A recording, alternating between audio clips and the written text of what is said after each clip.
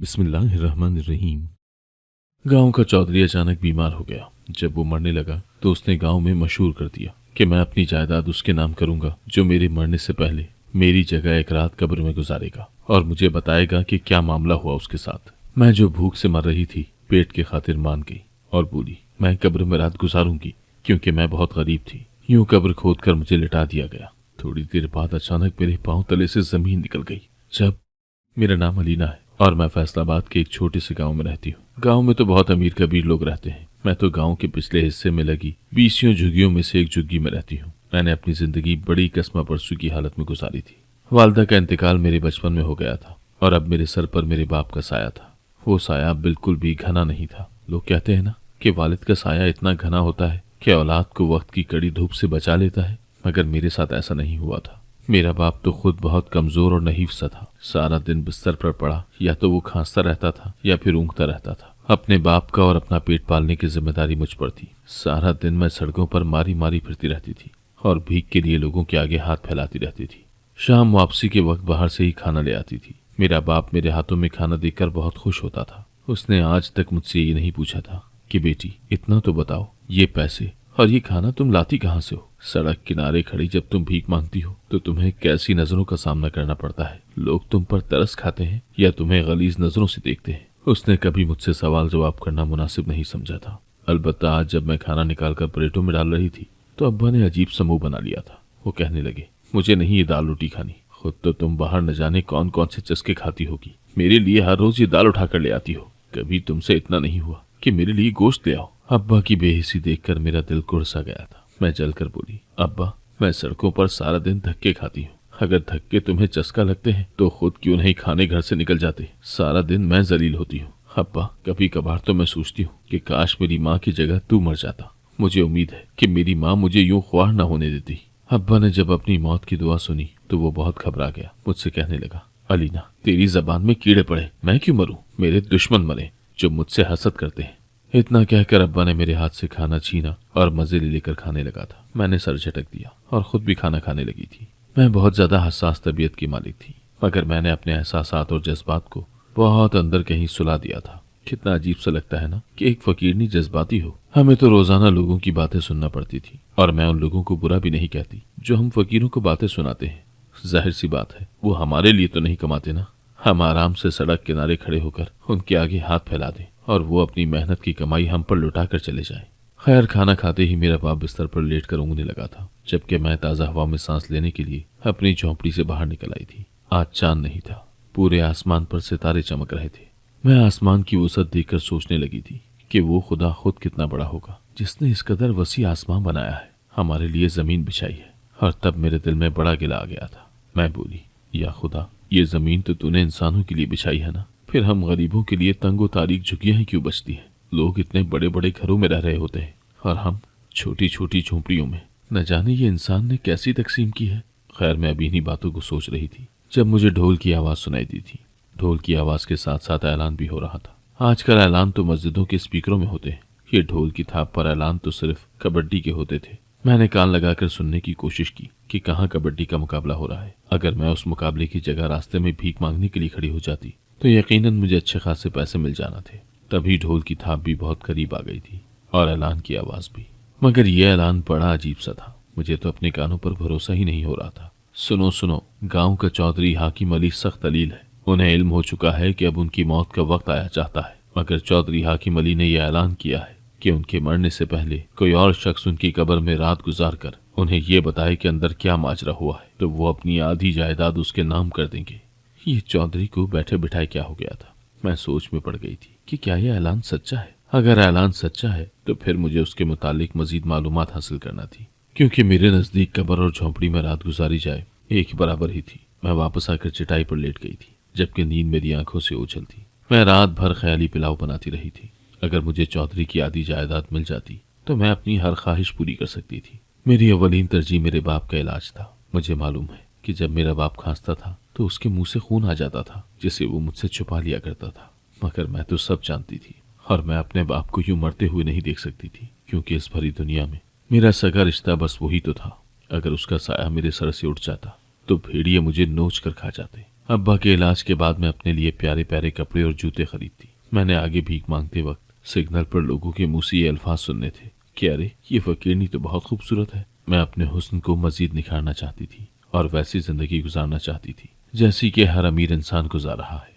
ये बहुत ज्यादा तो नहीं था, बस इतनी सी ख्वाहिश थी मेरी। खैर रात यूं ही आंखों आंखों में कट गई थी। सुबह हुई तो मैं पैसे लेकर बाहर निकल गई थी। मुझे दूध और पापे लाने थे। अब्बा की सुबह चाय के बगैर नहीं होती थी। मैं अपने लिए और अब्बा के लिए चाय बनाती, हम दोनों मिलकर नाश्ता करते और फिर मैं बर्तन धोकर भीख मांगने के लिए निकल जाती तो अब्बा मुझे आवाज देकर रोक लेते और कहते, बेटी मेरे लिए हुक्का तो बना दे। मैं अब्बा को घूर कर देखने लगती थी।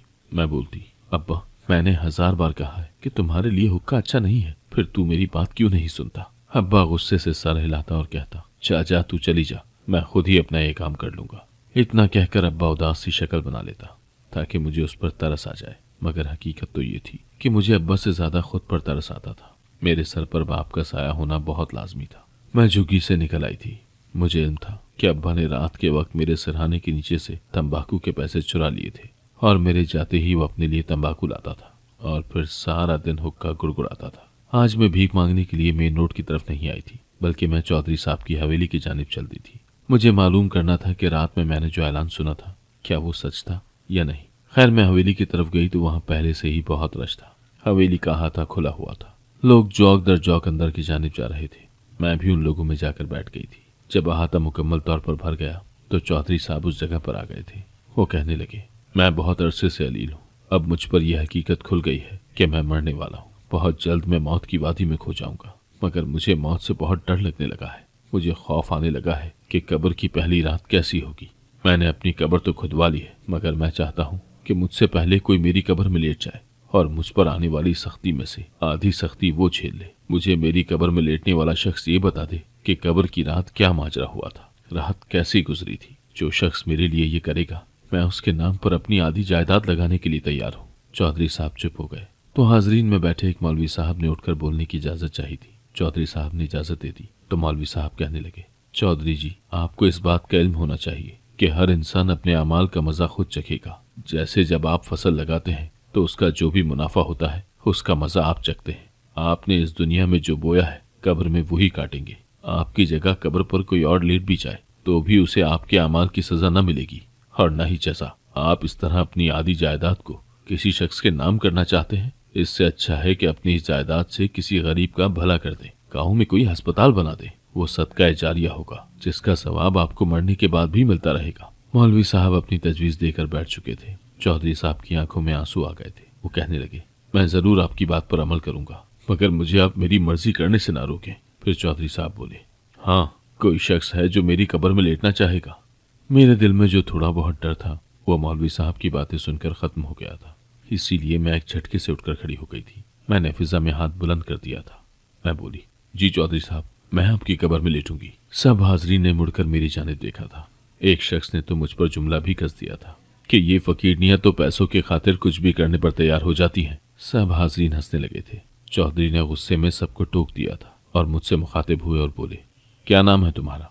मैं बोली, अलीना। चौधरी साहब कहने लगे, अलीना तुम मुझसे आधी उम्र की हो। मुझ में इतना हौसला नहीं है कि मैं कब्र में लेट सकूं, फिर तुम में इतनी हिम्मत कैसे आ गई? मैं बोली, चौधरी साहब ऐसा सिर्फ इसलिए है क्योंकि आपने बहुत ही आरामदेह जिंदगी गुजारी है, जबकि मेरी जिंदगी तो मौत से भी बदतर है। मैंने अपनी जिंदगी में आपसे बहुत ज्यादा आजमाइशें देखी हैं।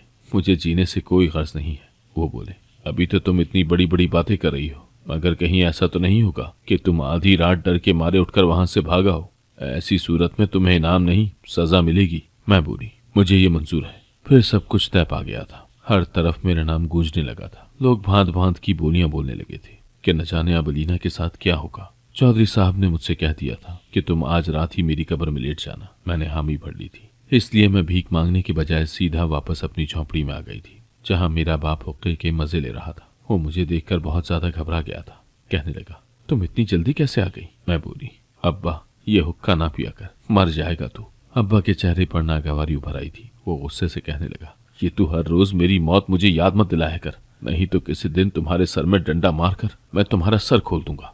मुझे अब्बा की बात सुनकर हंसी आ गई थी। मैं बोली, अब्बा तू मौत से इस कदर क्यों डरता है? अब्बा के चेहरे पर उदासी फैल गई थी। वो कहने लगा, मौत से नहीं डरता, मुझे कब्र से डर लगता है। कब्र की पहली रात न जाने कैसी होगी। अलीना, मैंने सारी जिंदगी कोई नेकी नहीं की, अल्लाह को क्या मुंह दिखाऊंगा, मैं तो गुनाहों के बोझ तले दबा हुआ हूँ। मैं मुस्कुरा कर बोली, इतनी सी बात है तो तुम माफी मांग ले, अल्लाह माफ करने वाला है। अब्बा हंस दिया और बोला, ये तुमने अच्छी कही, सारी जिंदगी गुनाह किए, अब मौत को देखकर माफी मांग लूं तो अल्लाह ऐसी माफी मेरे मुंह पर दे मारेगा। मैंने जोर जोर से नफी में सर हिलाया था। मैं बोली, अब्बा जब तक सांस चल रही है ना, इंसान को माफी मिल सकती है। तू आज माफी मांगेगा तो ऐसे गुनाहों से पाक हो जाएगा जैसे अभी माँ के पेट से निकला है। अब्बा हंस दिया और बोला, बेटी मेरे गुनाह बहुत ज्यादा है, ये माफी उन लोगों के लिए होती है जिनके पास थोड़े बहुत सवाब भी हो। मैं बोली, अब्बा अगर इंसान के गुनाह आसमान के सितारों से भी ज्यादा हो, समंदर की झाग से भी ज्यादा हो, तब भी वो खुलूसे दिल से माफी मांग ले तो माफी मिल जाती है। अब्बा अल्लाह तो बार बार माफ करने वाला है, यहाँ तक कि इंसान के पल्ले कोई गुनाह ही नहीं बचता, वो तो बहुत रहीम करीम है। अब्बा ने जब ये बात सुनी तो उन पर लर्जा तारी हो गया था। उनकी आंखों से आंसू बहने लगे थे। वो कहने लगा, तू सच कह रही है ना लीना, मेरे साथ मजाक तो नहीं कर रही ना? मैंने मुस्कुरा कर कहा, 100% सच कह रही हूँ अब्बा। अब्बा एकदम से फूट फूट कर रोने लगा था। मैं जल्दी से अपनी झुग्गी से बाहर निकल गई थी क्योंकि मैं चाहती थी कि अब्बा आज अपने रब के हुजूर रो रो कर दुआ मांग ले, माफी मांग ले। खैर मैं बाहर आई तो मुझे मेरी साथ की फकीरनियों ने घेरे में ले लिया था। वो कहने लगी, तू आज चौधरी की कब्र में लेटेगी? मैंने सर हिला दिया तो वो मुझे डराने लगी थी। मुझे डर नहीं लग रहा था, डरने की क्या जरूरत थी भला। खैर रात हो गई तो मैं अपने अब्बा को खाना देकर बोली, मैं आज रात के लिए बाहर जा रही हूँ, सुबह आ जाऊंगी। अब्बा कहने लगा, नहीं मैं तुम्हें रात बाहर गुजारने की इजाजत नहीं दे सकता। मैं बोली, अब्बा तू फिक्र न कर, मैं कुछ गलत करने नहीं जा रही। ये जो साथ वाली खाला रशीदा है ना, उसकी तबीयत आज बहुत खराब है। वो कह रही थी कि आज रात वो बच्चा जन्म देगी। मेरी मिन्नत कर रही थी कि मेरे पास रुक जा, इसीलिए मैंने उसकी बात मान ली। अब्बा हंस दिया और बोला, अच्छा तो तू इतनी सी उम्र में नेकियां कमाना चाहती है? मैंने सर हिला दिया था। अब्बा ने इजाजत दे दी तो मैं चौधरी साहब की हवेली पहुंच गई थी। चौधरी साहब और उसके चंद आदमी मेरे साथ आए थे। चौधरी साहब मुझे अपनी आंखों से कब्र में उतरता हुआ देखना चाहते थे। मैं अल्लाह का नाम लेकर कब्र में लेट गई थी। चौधरी साहब ने अपने बंधु को हिदायत की कि इस लड़की की मुकम्मल निगरानी की जाए, कहीं यह रात के वक्त कब्र से निकलकर फरार ना हो जाए। उन्होंने यकीन दहानी करवाई तो चौधरी साहब चले गए थे। मैं बहुत मजबूत आसाब की मालकिन हूँ। मैंने अपनी सारी जिंदगी जमीन पर एक चटाई डालकर गुजारी है। मुझे जमीन पर सोने से किसी किस्म का कोई खौफ नहीं आ रहा था। मैंने सोचा था कि ये रात तो बड़ी सुकून से गुजर जाएगी, मगर जैसे ही वो लोग कब्रिस्तान से बाहर निकले तो मेरा दिल घबराने लगा था। एक अनजाना सा खौफ मेरे अंदर सर उठा रहा था। मैं कब्र में लेटी हुई थी। मेरी हिस्सियात मुकम्मल बेदार हो चुकी थी, यहाँ तक कि मुझे जमीन पर रेंगने वाली चीजों की भी आवाज आ रही थी। मैंने खुद को हौसला दिया था और फिर वो सारी दुआएं पढ़ने लगी थी जो मुझे याद थी। लेकिन कब्र तो फिर कब्र है, अपनी हो या पराई, जिंदा की हो या मुर्दा की। अचानक मेरी आंखों के सामने एक ऐसी चीज आई कि खौफ से मेरी चीखें बुलंद हो गई थी और फिर मैं अपने हवास खो बैठी थी। मुझे इल्म नहीं है कि मैं कितनी देर बेहोश रही, मगर जब मेरी आंख खुली तो मैंने खुद को अस्पताल के नर्म गर्म बिस्तर पर पाया था। मैंने आंखें खोल दी तो नर्स मेरी तरफ देखकर बहुत खुश हो गई थी। वो कहने लगी, शुक्र है आपको होश आ गया, मैं अभी चौधरी साहब को जाकर बताती हूँ। मैं सोचने लगी कि मैं तो एक ऐसी इंसान हूँ कि अगर मर भी जाती तो किसी को परवाह नहीं होना थी। फिर चौधरी साहब ने मेरे खातिर एक नर्स क्यों मामूर की थी। थोड़ी देर बाद चौधरी साहब अस्पताल के कमरे में आ गए थे। उनके चेहरे पर खुशी के असरात साफ देखे जा सकते थे। वो कहने लगे, शुक्र है अलीना, तुम्हें होश आ गया। जब तक तुम बेहोश रही मेरी जान पर बनी रही। मैं मुस्कुरा कर बोली, चौधरी साहब आपको तो खुश हो जाना चाहिए था कि चलो मेरी जमीन और जायदाद में से हिस्से का दावेदार चल बसा है। अब मुझे अपनी जायदाद किसी के साथ बांटना नहीं पड़ेगी। तब चौधरी साहब के चेहरे पर बहुत उदास सी मुस्कुराहट फैल गई थी। वो कहने लगे, अच्छा इन बातों को छोड़ो, मुझे ये बताओ कि कब्र में तुम्हारे साथ क्या माजरा हुआ था। मैं बोली, मैंने जो देखा है तब तक मैं आपको नहीं बता सकती जब तक आप अपनी जायदाद मेरे नाम पर नहीं लगा देंगे। चौधरी साहब फिर से मुस्कुरा दिए थे। वो कहने लगे, मैंने शर्त रखी थी कि जो शख्स सारी रात मेरी कब्र में लेटा रहेगा उसे जायदाद में से हिस्सा मिलेगा, मगर तुम तो महज 1 घंटे में ही बेहोश हो गई थी। तुमने मेरी शर्त पूरी नहीं की। फिर भी मैं वादा करता हूँ कि तुम्हें जायदाद में से हिस्सा दूंगा। तुमने जो कुछ भी देखा है वो मुझे सच सच बता दो। मेरी आंखों के आगे वही मंजर घूम गया था जो मैंने कब्र में देखा था। मैं थर थर कांपने लगी थी। चौधरी साहब ने मेरा हाथ थाम लिया था। वो बोले, फिक्र मत करो, मैं तुम्हारे साथ हूँ।